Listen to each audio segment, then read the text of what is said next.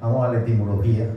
La casa de las musas, o sea, tiene su origen griego, las 7 musas. Y es una institución dedicada a preservar, a guardar y sobre todo a mantener intacta y mantener la cultura en todas sus manifestaciones. En este caso, el Museo de Arte Moderno.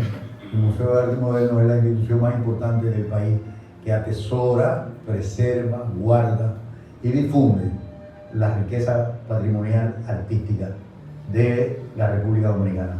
En el caso de nosotros, nuestros primeros artistas, nuestros primeros pintores son pintores con influencia europea. Y el Museo de Arte Moderno, una institución que se creó en el 1976 con la colección que venía de Bellas Artes, como parte del conjunto de la Plaza de la Cultura. El museo actualmente es la institución más importante desde el punto de vista artístico, con una gran tradición de actividades artísticas.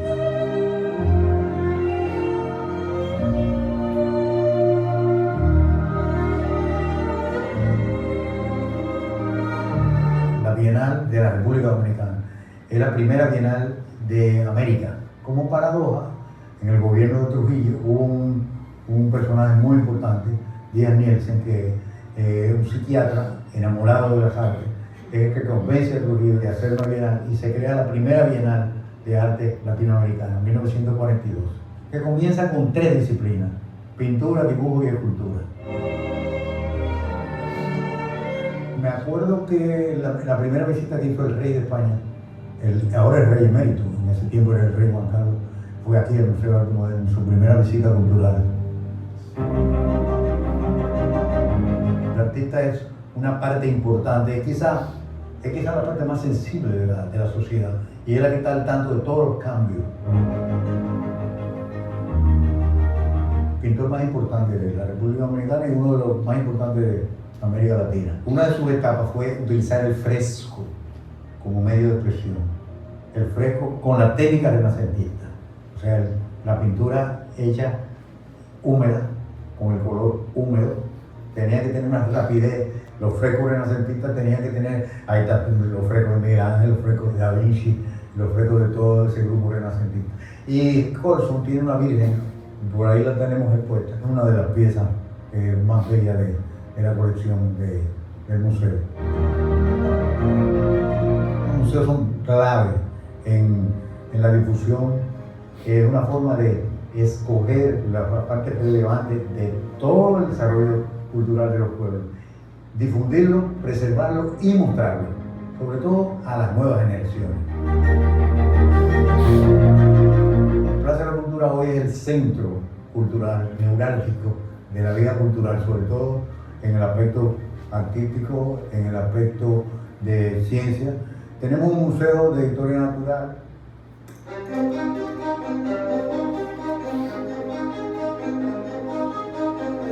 El Museo Nacional de Historia Natural es único del país, es el único museo de historia natural que tenemos. Y su principal importancia radica en el hecho de que el museo posee la mayor colección de fauna del país. La colección de referencia, que es una colección científica del museo, está en los depósitos de colecciones. Ahí el museo alberga muestras representativas de nuestro patrimonio natural. El museo en sus colecciones ahora mismo tiene más de 100.000 especímenes catalogados en los diferentes grupos, desde los invertebrados hasta los vertebrados. O sea que estamos hablando de invertebrados acuáticos como moluscos, como crustáceos, pero también estamos hablando de insectos, arácnidos, y del grupo de los vertebrados estamos hablando de peces, estamos hablando de aves, estamos hablando de mamíferos. Esta colección, que está dividida en 3 grandes depósitos, están preservados en alcohol algunos, pero otros están preservados en pieles o en esqueletos. También tenemos una colección paleontológica, es decir, una colección de fósiles. Otros están, como los insectos, en seco, en cajas entomológicas. Y esa gran colección es como una enorme base de datos sobre nuestro patrimonio natural. Es una colección que es la base para cualquier investigación de la biodiversidad de la isla. para cualquier monitoreo en zonas protegidas o no protegidas. Es como una base de datos que nos habla de nuestro patrimonio natural. Si una especie, por ejemplo, desaparece, estaría preservada su muestra en el museo para comparaciones con otras especies, para estudios de los científicos. Entonces es como que es como una gran biblioteca del patrimonio natural, una gran biblioteca de nuestra biodiversidad. Ahí es donde radica la principal importancia del museo, pero al mismo tiempo esa base de datos y esa colección, y la base de datos que de ella se deriva, sirven para investigaciones, y además de eso los curadores, que son los que están a su cargo, y los biólogos que elaboran en el museo, realizan diversas investigaciones en distintas partes del país, que es la parte de investigación que requiere la conservación de la biodiversidad. Es un lugar mágico, es un lugar que nos invita a ponernos en contacto con la naturaleza, que nos invita a reflexionar sobre la importancia de su preservación, a veces inclusive vernos tan minúsculos en la vastedad del universo, y que nos enfrenta también a la fragilidad de los ecosistemas, que nos hace darnos cuenta de que vivimos en una isla y que por tanto nuestros ecosistemas son frágiles, son vulnerables, y nos permite también darnos cuenta de que todos podemos colaborar de una manera u otra para preservar nuestra isla y nuestro planeta. El Museo Nacional de Historia Natural, profesor Eugenio de Jesús Marcano, su edificio como tal fue construido en 1974. El año pasado nosotros estuvimos cumpliendo 50 años de su construcción. Abrió al público unos años después, y básicamente el inicio del museo fueron las expediciones del profesor Marcano y las colecciones del profesor Marcano, muchas de las cuales están en este museo y también en el Instituto de Investigaciones Botánicas y Zoológicas de la UAS, que fue otro lugar de mucha intensidad de trabajo de él, donde casi todos los que fuimos guasianos lo vimos y lo conocimos. Entonces el profesor Marcano fue el primer director científico del museo, impulsó esas expediciones desde aquí, empezó las colecciones, reclutó el primer grupo de biólogos que trabajaron en el museo, que empezaron a preservar y a curar los primeros grupos que formaron parte de la colección, y por eso el museo lleva su nombre en honor a él, que es considerado el naturalista. De hecho, ya por decreto es el naturalista nacional, el reconocimiento a los aportes de Marcano, que son imposibles de calcular, numerosas, cientos de especies nuevas para la ciencia, cientos de nuevos reportes de especies que no se sabía que vivían en la isla. Incursionó áreas que fueron desde la botánica, la entomología, la paleontología, la geología. O sea, fue un ser de esas personas increíbles, con una gran capacidad autodidacta, pero también con una gran versatilidad, porque tuvo la capacidad de incursionar en diferentes áreas del saber, un deseo de aprender insaciable y un deseo de comunicar esos conocimientos a sus alumnos. Entonces, una persona que realmente única para los dominicanos, el naturalista es Marcano, y en reconocimiento a esos gran aportes y a su gran vínculo desde los inicios del museo, nosotros con mucho orgullo llevamos en su nombre.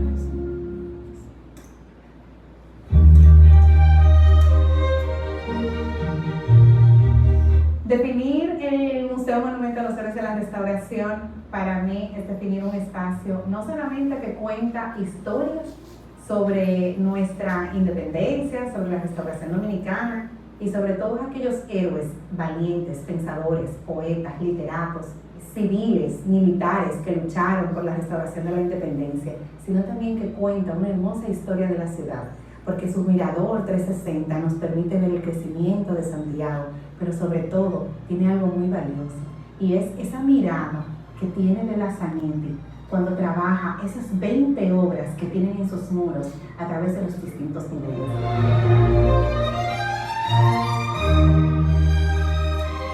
El Monumento a los Héroes de la Restauración tiene dos historias: la historia de su construcción y, por supuesto, la segunda historia, que es a quién rinde homenaje. Rinde homenaje a esos hombres y mujeres que no se olvidaron de aquel pensamiento de libertad de Juan Pablo Duarte y lucharon por recobrar nuestra restauración a la independencia.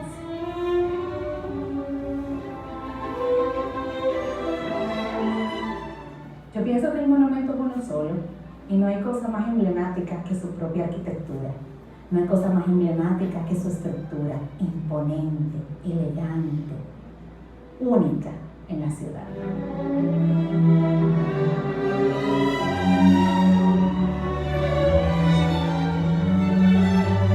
Definitivamente el gran valor que tienen los museos es el valor de conservar, replicar, comunicar y difundir todo lo que tienen sus colecciones, que son parte de la cultura de los países, de las ciudades, que son partes y a lo que pertenecen.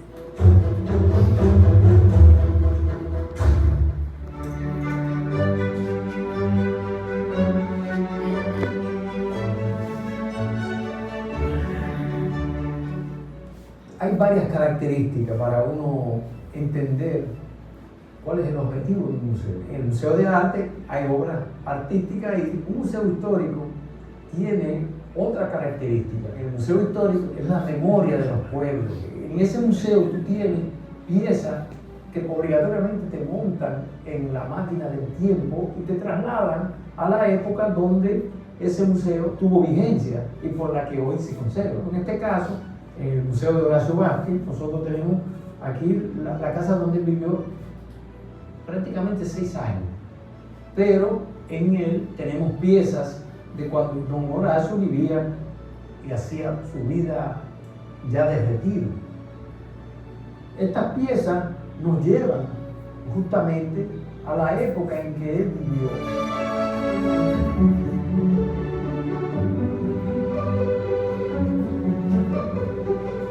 Este museo tiene la importancia de cualquier otra casa que haya vivido un expresidente. En el caso de Horacio adquiere todavía más relevancia por el hecho de que don Horacio empieza un periodo en la historia dominicana que se conoce como el inicio del periodo democrático, que se vio trunchado ya en el 30 cuando llega a Trujillo, que le da el golpe de Estado. Pero hay que recordar que Horacio surge a partir de una serie de negociaciones que se hacen con el gobierno de Estados Unidos, que lo tenía ocupado desde el 1916.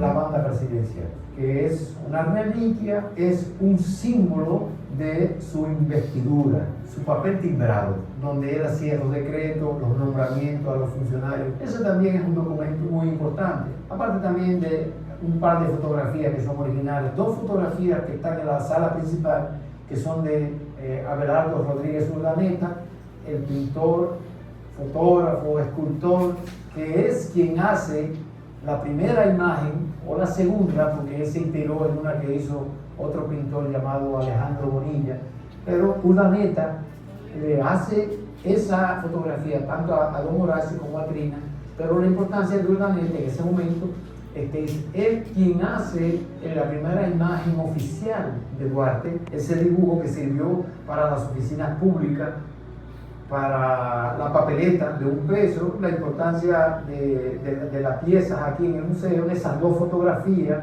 que son 2 joyas.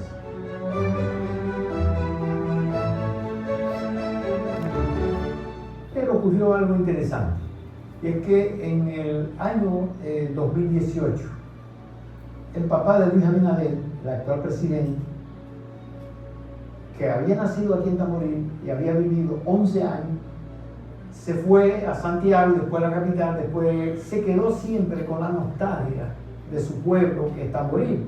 Entonces en Tamboril, a Tamboril él quería hacerle una especie de regalo, de donación, como agradecimiento, o como parte de lo que él recibió.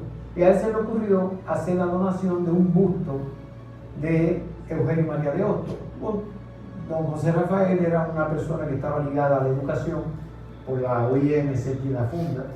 Entonces vio que eso era el regalo mejor que él podía hacer, era un busto, y vino a traerlo. El ayuntamiento determinó que este parquecito que está frente a la casa, que se amplió con la construcción, era el espacio ideal. Él se recuerda también de la casa de don Horacio porque está a menos de 300 metros de donde él vivía.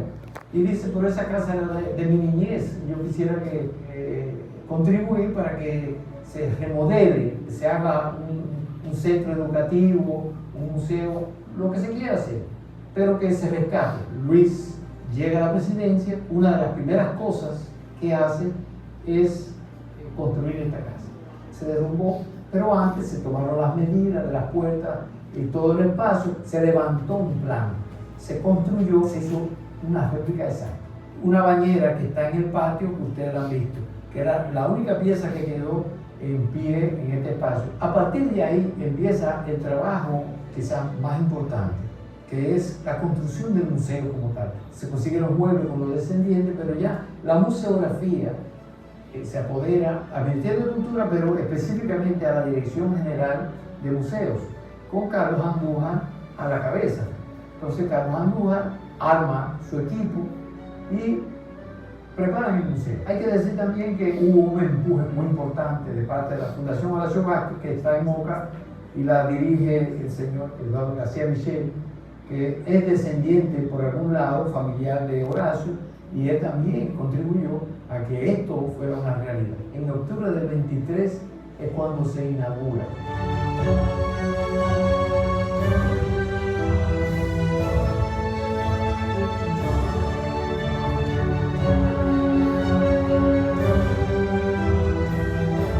Que tenemos en el país tiene que estar en el programa de las escuelas. Aparte de preservar la historia, los museos tienen esa fuerza educativa que no la tienen los libros, que hay que combinarlo. Tú entras en contacto con otro mundo y eso no se le olvida nunca.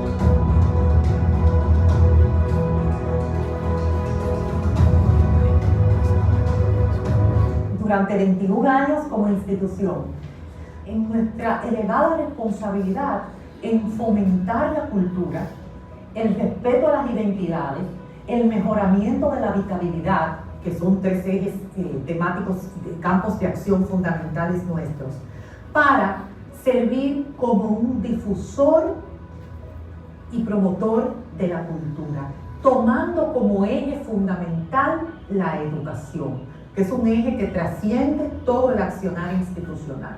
Basado en esa meta que en estas 2 décadas se han estado cumpliendo, la importancia mayor en ser ese eje de fomento y promoción del arte, la cultura y el conocimiento. Es un espacio vibrante de creatividad y arte. Y como dice nuestro eslogan, somos un lugar donde todo el mundo se encuentra. Pero no solo porque las personas, el dominicano, se encuentra con su identidad y con su cultura, sino porque también se encuentra consigo mismo y con lo que es y representa su identidad.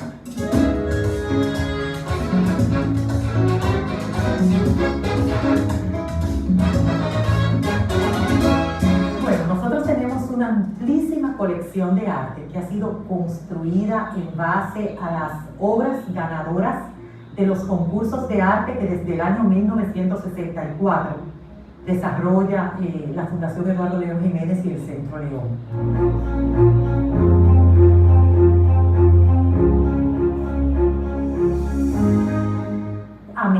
América es una tijera sin puntas que está en nuestro patio caribeño, que es, bueno, punto obligatorio de selfies de todo el que nos visita. Es una obra del 2001 creada por el artista visual Fernando Varela y que, como su nombre lo dice, nos refleja un continente en el que los encuentros y desencuentros nos hablan de fusiones múltiples y así nos definimos desde el punto de vista identitario.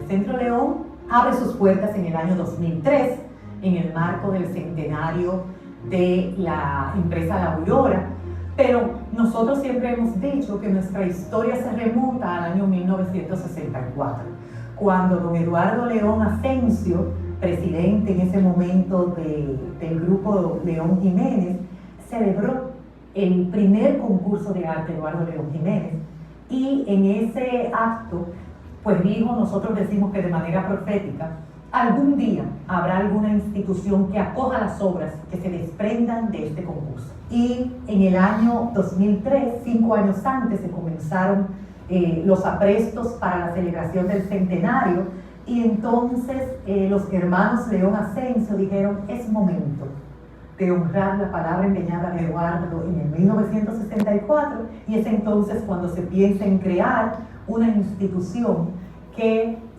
pudiera ser un punto de encuentro para el arte, la cultura y la educación en la República Dominicana.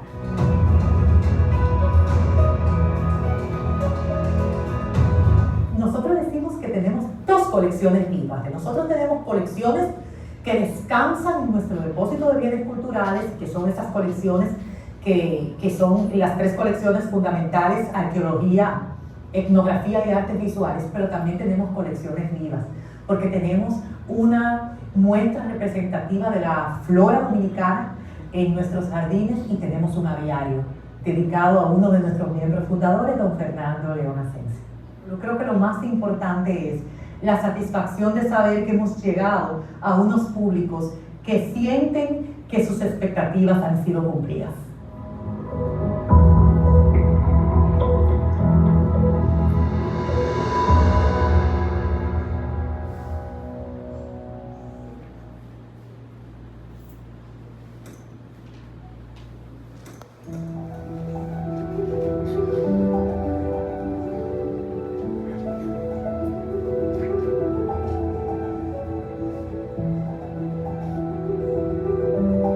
Originalmente encontramos el Museo Inclusivo de la Palabra en Alejandría durante la dinastía de los Ptolomeos, que es una dinastía greco-egipcia que desarrolló la famosa Biblioteca de Alejandría. En la biblioteca era no solamente de libros, sino también tenía al lado una parte llamada Museum, que tenía piezas, tenía restos de animales, de fauna, de flora, dedicados a la investigación. Desde entonces, desde Alejandría, ya el museo se dedica a conservar piezas, a la enseñanza y también a la investigación. Después hay otro momento que es en Dinamarca, en 1712, el rey tenía muchos objetos diferentes y pidió a un especialista en antigüedades que se lo organizara. Ese señor llamado Christian Thompson lo organizó de acuerdo al material en que estaban los objetos. Entonces lo organizó en objetos de piedra, en objetos de cobre y en objetos de bronce. Y esas son las tres etapas en que todos los museos prácticamente siguen esa metodología, porque tenemos que, en el caso de los museos precolombinos o prehistóricos, tenemos que organizar la vida de los pueblos de acuerdo al material en que fueron hechos sus instrumentos.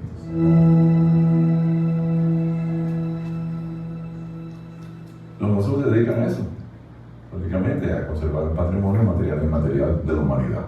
Y el patrimonio es lo que representa a un país. Y existe tanto su aspecto material como inmaterial. El material puede ser un monumento, puede ser un parque nacional, pero el material ya tiene que ver con tradiciones, costumbres, hábitos que pasan de generación en generación por la vía oral y que no tienen digamos así, un producto que podamos tocar con la mano, sino que tiene que ver con la mentalidad social, la mentalidad de la gente. Este museo se dedica a conservar el patrimonio histórico-geográfico de la isla de Santo Domingo y especialmente la antigua parte española que hoy corresponde a la República Dominicana. Aquí tenemos 3 piezas emblemáticas. El piano en que el maestro José Reyes interpretó y compuso la música del himno nacional dominicano. También tenemos la mesa donde se firmó la primera constitución del 6 de noviembre de 1844 de San Cristóbal. La tarra mortuoria donde estuvieron depositados los restos de Duarte Sánchez y Mella, el padre de la patria, en el baluarte del Conde, llamado Altar de la Patria, y el carro de Antonio de la Maza, uno de los 3 que participaron en el ajusticiamiento de Trujillo Este es el Museo de la Patria, de la Nación, del Estado Dominicano. Este es el museo que cuenta sobre esa larga historia y compleja. Está enclavado en la Plaza de la Cultura, donde es un sitio privilegiado en todo el Caribe. El que va al Museo Dominicano quiere venir al Museo de Historia, porque uno trata la cultura y las culturas precolombinas, pero este trata ya la historia republicana en sus 3 repúblicas, primera, segunda, tercera, y ya la historia contemporánea. Y también una sala dedicada a la geografía, no solamente de la república, sino también de toda la isla. Es decir, que realmente esta isla es única. La historia es única. No vas a encontrar otro país en América que tenga una isla de porte medio compartido por 2 estados y 2 naciones diferentes. Y tampoco vas a encontrar un país donde tengan 3 padres de la patria y 9 nacionalidades. Nosotros hemos tenido 9 nacionalidades a lo largo de la historia. Y tenemos todas las primicias del mundo indocolonial. Las provincias colombinas, las provincias romandinas, el primer tribunal, la primera universidad, la primera ciudad, la primera villa, los primeros intercambios étnicos y raciales, el primer intercambio de alimentación, los primeros esclavos negros que vinieron. Y de aquí partió toda la colonización hacia el resto de América. Es decir, que es una historia única. Por aquí comenzó la globalización. Y por eso tenemos el Faro Colón. Porque cuando Colón llega al Nuevo Mundo, pues el mundo no tiene una historia universal.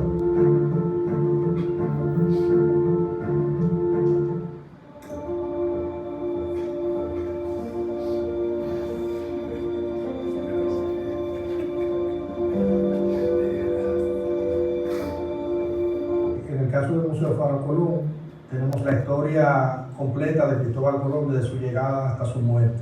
Pero también tenemos salas de exhibiciones de diferentes países donde se habla de la historia de cada una de ellas.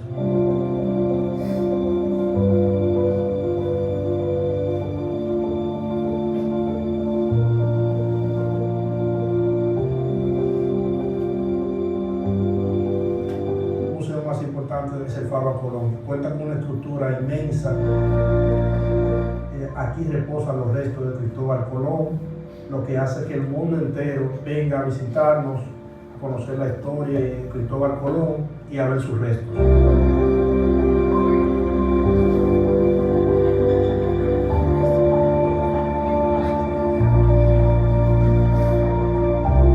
Nosotros tenemos muchas piezas emblemáticas, dentro de ellas un ancla original que estaba en la Santa María.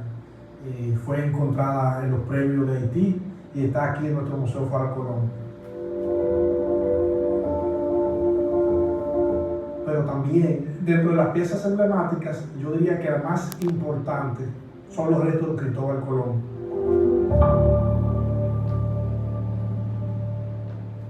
El Faro Colón fue inaugurado en 1992, de donde vino el Papa Juan Pablo II en ese momento.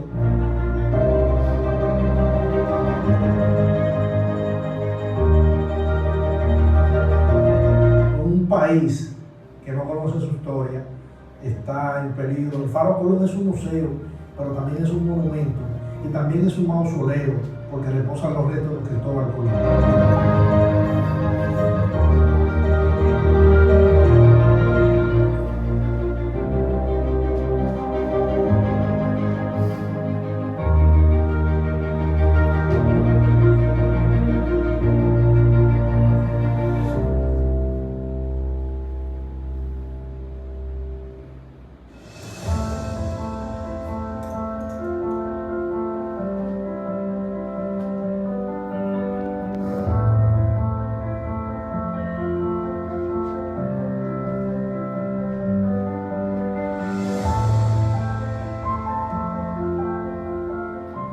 En los museos se conserva la cultura y se difunde lo que somos. Hay museos como este, que son museos que se ocupan de divulgar una lucha específica, una parte de la historia de lo que somos, pero sirve también para vincularlo con toda nuestra esencia como país. Todo aquí habla de ellas. O sea, empezando por el diseño de la casa que fue hecho por Minerva, que era abogada, el jardín que fue gran parte de él, fue diseñado también por ella, fue sembrado por ellas, las cosas que se exhiben, las pinturas que hicieron, hay expresión de su vida y hay expresión también de la tragedia y sobre todo, para mí hay expresión de la lucha que llevaron a cabo. Este museo desborda amor, amor por la vida, amor por la patria, amor por la República Dominicana, por todas partes. Y aparte de eso, la difusión de la historia misma. Todo el que viene aquí, que hace el recorrido, tiene la oportunidad de conocer en qué consistió la lucha, por qué las hermanas Mirabal se han convertido en un símbolo a nivel mundial de la lucha por principios y valores que son también universales, que también unen a las mujeres. El museo tiene también exhibiciones distintas. Tenemos, en la medida que hemos ido creciendo, hemos tenido que ampliar. Por ejemplo, en el jardín tenemos exposiciones no permanentes que hablan y expresan parte de esta historia que no se exhibe, o también relaciones con otros museos que tienen historia similar. Y tenemos esta biblioteca donde estamos grabando hoy, que es la Biblioteca Doctora Minerva Mirabal. Y en esta biblioteca, la biblioteca se especializa precisamente en los temas de esa historia y de ese legado de las hermanas Mirabal. ¿Cuáles son los libros que tenemos aquí? Libros que hablan de la resistencia contra los regímenes autoritarios, libros que hablan de los derechos humanos, libros que hablan sobre la lucha por la igualdad, por la no discriminación, por la participación de las mujeres, porque también las hermanas Mirabal y sobre todo Minerva son un símbolo de la lucha por las mujeres para una sociedad más inclusiva y más justa. Todas esas fechas que están vinculadas no las dejamos pasar por alto, con la patria y con la historia directa de la lucha contra el régimen dictatorial, que es uno de los peores que afectó a la República Dominicana y al mundo. Contando cómo nació el museo. El museo nació por la demanda de la gente. Es decir, esta era nuestra casa. Yo crecí aquí en esta casa.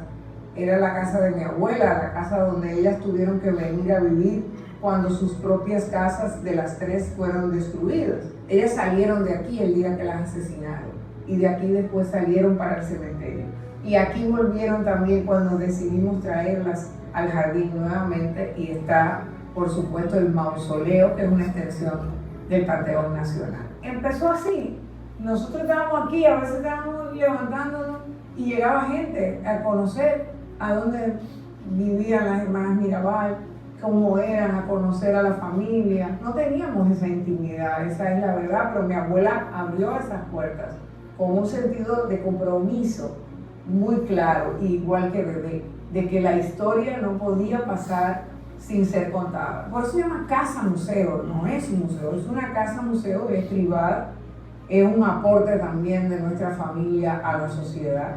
Está por un lado el Jardín Memorial de Patria Mirabal, que queda a unos 3 kilómetros de aquí, en donde fue la casa de Patria, que fue destruida por los propios esbirros que las asesinaron. Se le entregó Trujillo a Licinio Peña Rivera como premio por el asesinato, le entregó esa casa y esos terrenos que eran de Patria y de Pedrito. Y luego está también en Ojo de Agua, en los terrenos de la casa natal, está el Ecoparque de La Paz, que también es una extensión, y ahora mismo ese fue sembrado, creado, pensado por Bebé.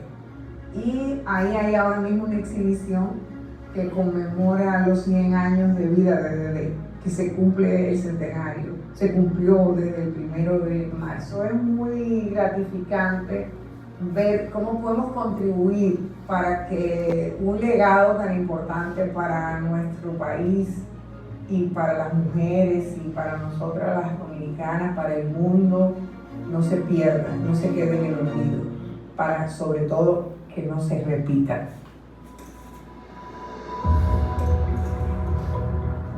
Un museo es un lugar donde la gente se encuentra para aprender cosas, para compartir, porque el museo es una institución viva, un lugar vivo. Podemos aprender cosas viéndolas. no como si fueran los libros, es algo material. Aprendemos una historia sobre un tema específico. El Museo de las Atarazanas Reales, como le llamamos el Museo del Mar, porque todo lo que exhibimos en nuestras salas son piezas, colecciones de patrimonio cultural rescatadas del fondo del mar. Es patrimonio subacuático. Aquí venimos a entender mejor a través de estas colecciones subacuáticas la historia del descubrimiento de América, el encuentro entre estos dos mundos, hasta el siglo XIX, cuando nuestra isla fue testigo de batallas navales que se libraron en el Caribe entre las grandes potencias europeas de la época, como Francia, Inglaterra, Holanda y por supuesto España, que fue la protagonista en lo que fue este encuentro, esta llegada a América. El Museo Mar cuenta una historia muy importante. Nos hace protagonistas, como realmente fuimos en la conquista de América, en ese encuentro del mundo aborigen, de los primeros pobladores de estas tierras americanas con los españoles. Tener en nuestro Museo del Mar este compendio histórico a través de colecciones rescatadas del fondo del mar, de navíos, es interesantísimo, porque en un solo lugar podemos entender mejor cómo la historia de América y la historia de la República Dominicana comenzó con un naufragio. Nosotros tenemos una colección riquísima en el Museo del Mar, desde piezas y artefactos de navegación. Aquí tenemos 2 astrolabios en el museo. ¿Qué es un astrolabio? Un astrolabio es un instrumento náutico por el que se mide la posición de ese navío en el mar a través de la localización de astros y las latitudes y las longitudes. Tenemos piezas taínas encontradas en cenotes en el Parque del Este, porque todo lo que tenemos es encontrado en el agua.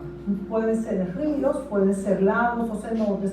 Y estas piezas taínas, que tienen una connotación mágico-religiosa, nos dan esa parte de la cultura taína tan presente durante tantos años y que aún se mantiene en nuestras costumbres. También tenemos recreaciones de lo que es un área del barco donde están las hamacas. Las hamacas son, pues, vamos a decir, una importación taína a lo que fueron los barcos, estos navíos que iban y venían, porque no se sentía tanto el ondear del mar en las hamacas. El casabe también fue algo interesantísimo para los marineros, porque el casabe se conserva por mucho tiempo, mientras que el pan o el pudín, bizcocho que ellos llevaban, pues se descomponía muy rápidamente y les era muy difícil pues tener comida durante largos periodos. Vamos a decir, de los aborígenes que ayudaron muchísimo a la vida a bordo en el mar. ¿Qué es un museo? Donde podemos entender mejor lo que somos como persona, como grupo social, como país y como humanidad.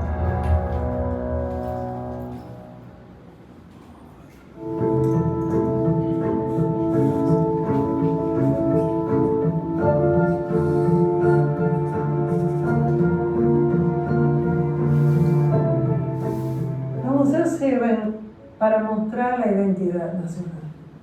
Sea un museo científico, sea un museo de arte, sea un museo histórico, siempre va a mostrar algo de nosotros, algo que ha sido seleccionado por nosotros, que habla de nuestra historia. Entonces es un poco como para revalorizar esa identidad, para mostrarla con valor, con alegría, que la gente se sienta orgullosa de ella.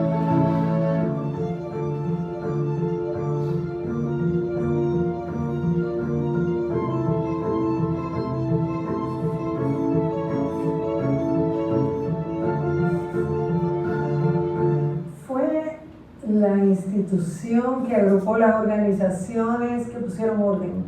Yo me ubico en ese momento histórico en que había cada vez más españoles, más castellanos, tratando de abarcar cada vez más territorio y más territorio que se anexaba a lo que era España.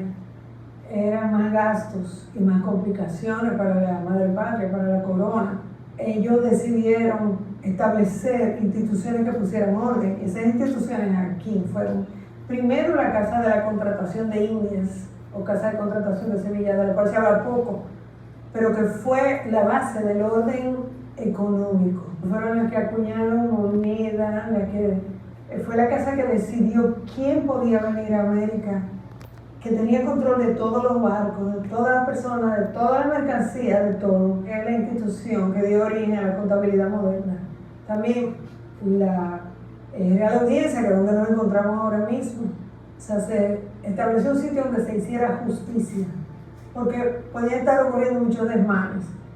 Y también la Capitanía General, que uno era organización civil y legal, otro era organización militar.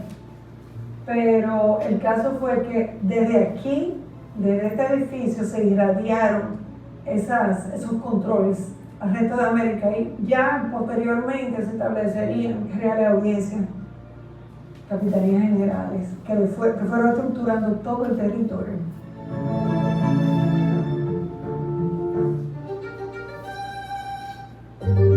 Un dato importante de un hecho histórico que sucedió aquí fue cuando Enriquillo, en su pleito con Valenzuela, que era su encomendero, que había abusado de él, de su mujer, y le quitó su única propiedad, que era una yegua, él trajo el pleito a la Real Audiencia. Él se creía castellano porque él fue educado en un convento después de la matanza de Jaragua y no le dieron la razón. Entonces fue el momento en que él toma la decisión de alzarse al Babaluco para combatir a los castellanos, que termina ganando el pleito, o sea, tumbándole el pulso, por decirlo en buen dominicano, al emperador Carlos I, que accede a firmar un acuerdo con él de que él podía vivir en libertad con su tribu.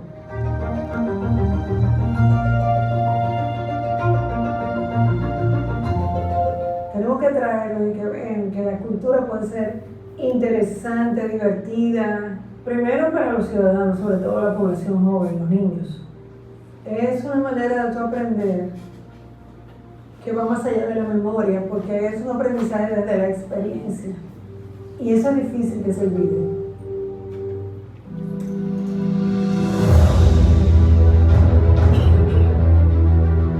El museo ofrece educación.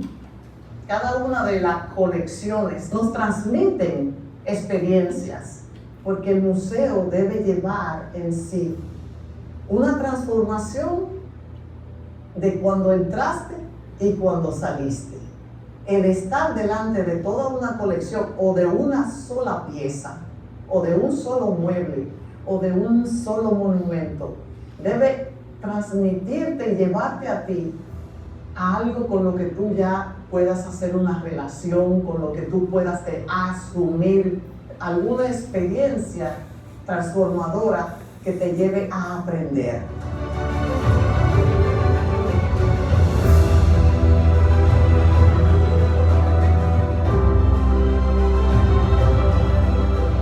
Para Santo Domingo específicamente es el punto eje principal de todas las acciones históricas relevantes que nos acontecieron desde los tiempos de la colonia, los tiempos republicanos y el tiempo moderno. Desde la Torre del Homenaje, donde realmente se han llevado a cabo todas estas efemérides patrias, todo este diálogo histórico, toda esta narrativa y todos estos hechos y vivencias que han acontecido a lo largo de toda nuestra historia. Fue cárcel más que fortaleza. Aquí estuvieron filósofos importantes, escritores, y la personalidad más importante de todo fue Juan Pablo Duarte y María Trinidad Sánchez, la cual fue sacada de la fortaleza de Santo Domingo, de la Torre del Homenaje, específicamente para llevarla al paredón. La fortaleza de Santo Domingo es todo el recinto, es el monumento principal dentro de la formación de lo que es la ciudad de Santo Domingo. de lo que fue llamado en un momento popularmente la ciudad de Obando, porque fue fundada por Nicolás de Obando y es el eje de todos estos hechos históricos. En esta nueva forma de poder visitar los espacios de los recintos como la Torre del Homenaje, el Fuerte Santiago, el Polvorín, las plataformas de tiro con 52 cañones, como es la plataforma de tiro alta, la plataforma de tiro baja, que fue la primera, la construida a finales del siglo XVI. Ya la plataforma de tiro alta fue construida a mediados del siglo XVIII. También tenemos toda la historia de Gonzalo Fernández de Oviedo, ese cronista, ese alcaide de la fortaleza que llega aquí y vive aquí desde 1533, que fue el escribano, el escritor de esas crónicas de India, crónica general y natural de las Indias. Y por él sabemos todas las crónicas, y sabemos todo lo que aconteció en el siglo XVI, porque en este sitio, en este lugar desde donde estamos, se ha vivido todas esas experiencias. Desde Diego Colón, el virrey, junto a su esposa, doña María de Toledo, y ocupó toda el área de la parte doméstica de la torre, que es el ala norte-este, y ahí estuvo él antes de mudarse en la Casa del Cordón y luego a su palacio virreinal. Así es que este es un monumento que para la ciudad de Santo Domingo, que ha visto cómo se ha ido desarrollando a partir del recinto militar que es la fortaleza de Santo Domingo, hemos visto las 4 primeras calles que conforman la ciudad colonial, luego se fue extendiendo hasta todo lo que es el recinto amurallado, protegido por todos los bastiones, todos los fortines, llamado el Centro Histórico de Santo Domingo, desde el siglo XVI hasta nuestros días. Una de las que son sentimentales son las de ese cronista general de las Indias que fue Gonzalo Fernández de Oviedo, que tenía siempre las llaves de la fortaleza. Y la historia confirma de que él murió con las llaves de la fortaleza en la mano, porque nunca se las cedió a nadie. La fortaleza no es un museo como tal, es un recinto militar que se ha expuesto para mostrar como parte de la ciudad colonial, patrimonio arquitectónico e histórico de la humanidad, se expone para que conozcamos todo el recinto. Tenemos toda una extensión de terreno que fue utilizada en los tiempos de Trujillo como una cárcel, pero para sacrificios. Todo aquel que llegaba hasta esos lugares del Aguacatico no volvía a su casa. Le quitaban los dedos, le quitaban las uñas, le quitaban los pies antes de asesinarlo completamente. Esa es la forma de nosotros mostrarnos al mundo, decirle qué es lo que somos, cómo hemos sido creados, cómo hemos sido fundados, cómo hemos crecido, cómo nuestra ciudad es importante dentro de todo el contexto que se llama América. Si tú no conoces tu nacimiento, tu formación, todo lo que te rodea, tú no sabes quién tú eres. ¿Qué le hacen todas estas edificaciones?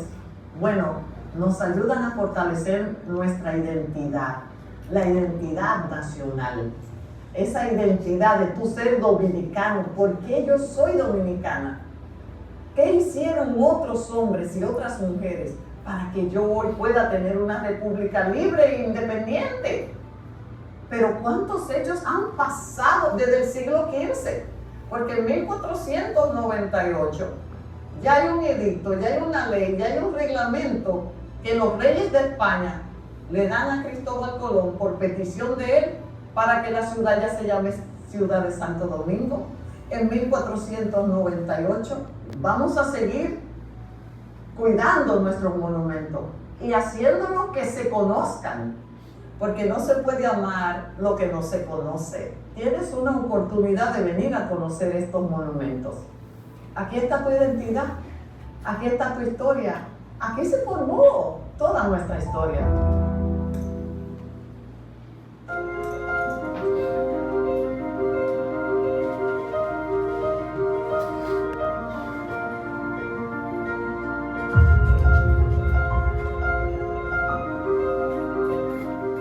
La principal importancia del Museo Fortaleza San Felipe es que es el único monumento colonial conservado en Puerto Plata.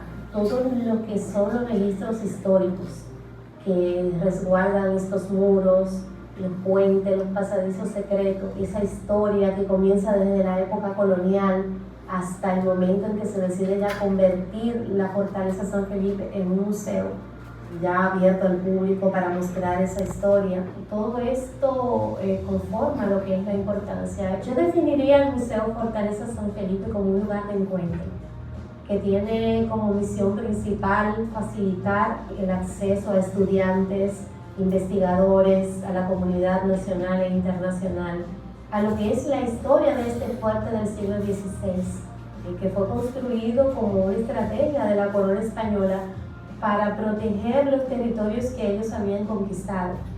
Entonces fuimos parte, entre otras fortalezas que están dispersas por el Caribe, como Cuba, Colombia, Cartagena de Indias. Somos parte de ese sistema de defensa del Caribe. Y también podría decir que lo definiría como un espacio generosamente inclusivo. Nuestro museo se centra mucho, su misión, en ser un espacio accesible para todos. La pieza más emblemática del Museo San Felipe son los cañones. Todos los visitantes se quieren hacer una fotografía en esos cañones que son originales de la época colonial. Tenemos también en vitrina, que es un cañón que se le quedó una bala incrustada. Esa pieza llama mucho también la atención. La historia del Museo San Felipe, el Museo Fortaleza San Felipe, comienza por supuesto con su origen, el origen de su construcción.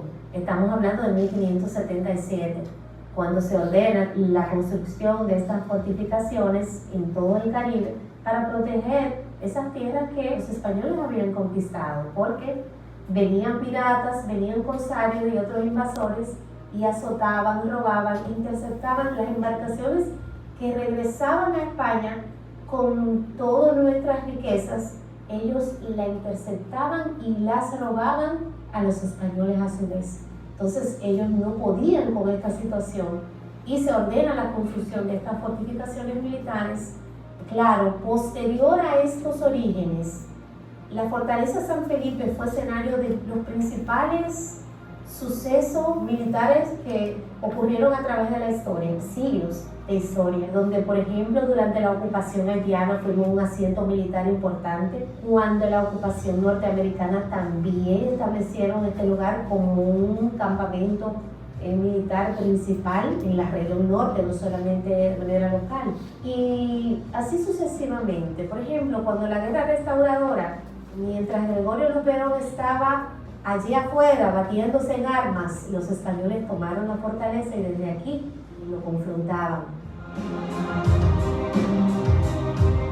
Para la era trujillista, y lo establecieron ya como una cárcel. Y sucesos históricos como el apresamiento de los esposos de las hermanas Mirabal tienen mucha vigencia en nuestro discurso hacia el visitante, porque son hechos de carácter universal. Ese último viaje de las hermanas Mirabal, donde retornaron y no volvieron, no llegaron a sus casas, todo eso está vinculado intrínsecamente a la historia de nuestro museo. Los museos tienen un papel principal en la educación, es decir, es una educación alternativa. Las historias del Museo Fortaleza San Felipe son interminables, pero sí, hay algunas que son muy particulares. Por ejemplo, el puente por donde ustedes entraron, ese puente antiguamente era levadizo, entonces, pero a la vez era una estrategia militar.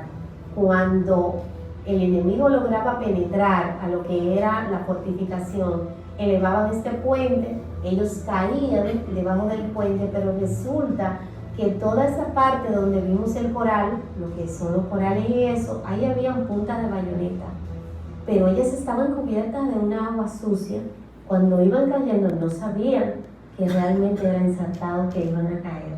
Entonces tenemos también la historia de Duarte, que fue traído aquí, fue apresado y traído aquí a esta fortaleza. Desde aquí ya fue enviado al exilio. Cuentan los historiadores de que él estuvo aquí deprimido, triste, fue traicionado por Santana y después de haber luchado juntos por la independencia. Entonces fue por pocos días que él estuvo aquí, pero debido a la importancia de su figura le hemos dedicado esta sala donde estamos en este momento. El museo fortalece a Puerto Plata como destino turístico, porque fíjate que muchas veces vienen a visitar el museo de otras localidades o de otros países, pero al mismo tiempo es un visitante que está llegando al destino turístico como tal.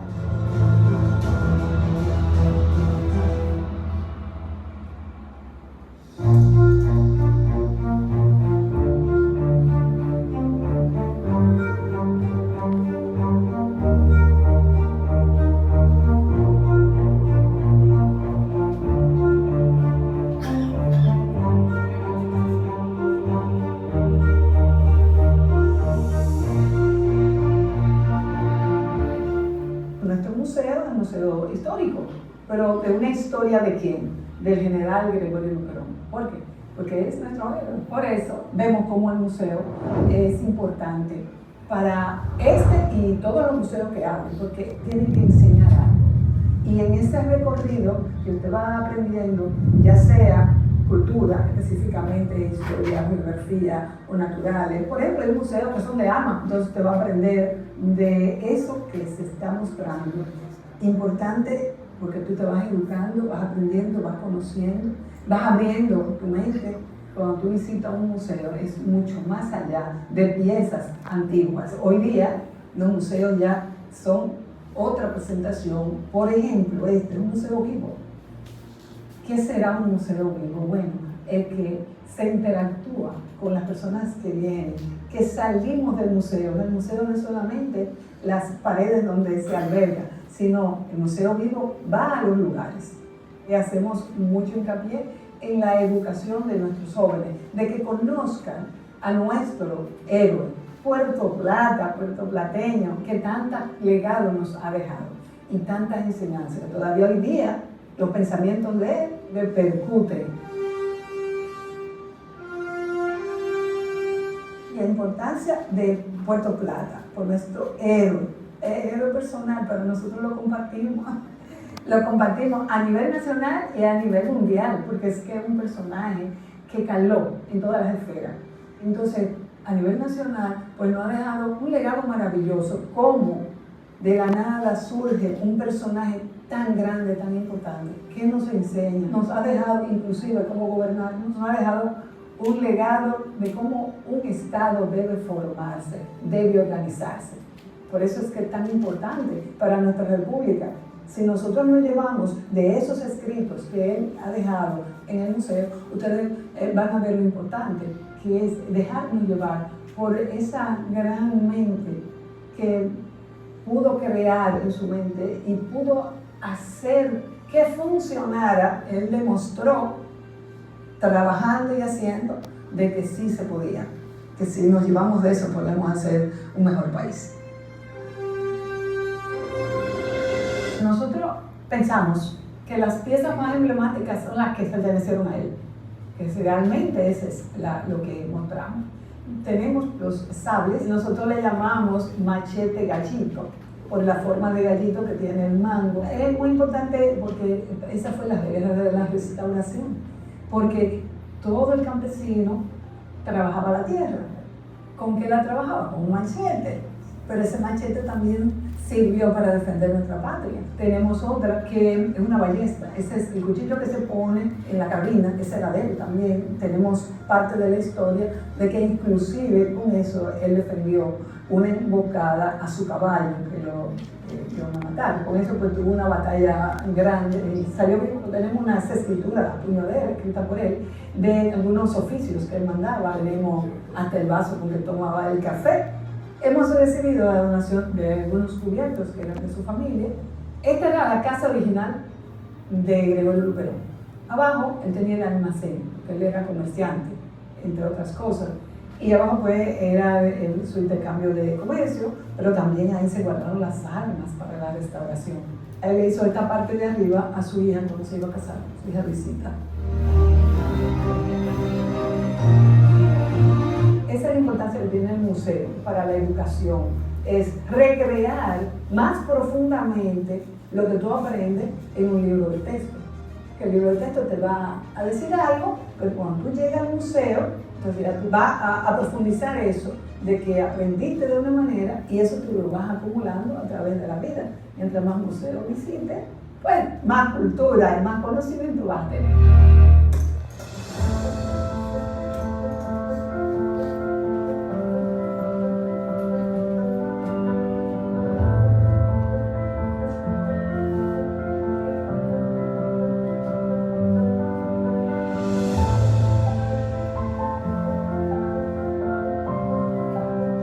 Tú conoces muchas cosas a través de un museo. El que viene a Moca, viene al Museo 26 de Julio, se va a nutrir ¿de qué? De un hecho muy importante en la historia de la República Dominicana, como fue el ajusticiamiento del tirano Ulises Heró, conocido como Lilis. Nosotros damos a conocer nuestra historia. Pueblo que no conoce su historia está condenado a repetir. Nosotros aquí exponemos la historia de un hecho muy importante ocurrido el 26 de julio del 1899, donde un grupo de jóvenes mocanos valientes ajusticiaron a un dictador, Ulises Heró, que tenía el país sumido en una dictadura de 12 años, conocido como Lilis. Este grupo de jóvenes valientes había una situación económica muy difícil en el país y ya Lilis venía acumulando hechos y ese grupo de mocanos justiciaron al tirano. Pero también nosotros damos a conocer la cultura de Moca, porque Moca es cuna de héroes y sepulturera de tiranos.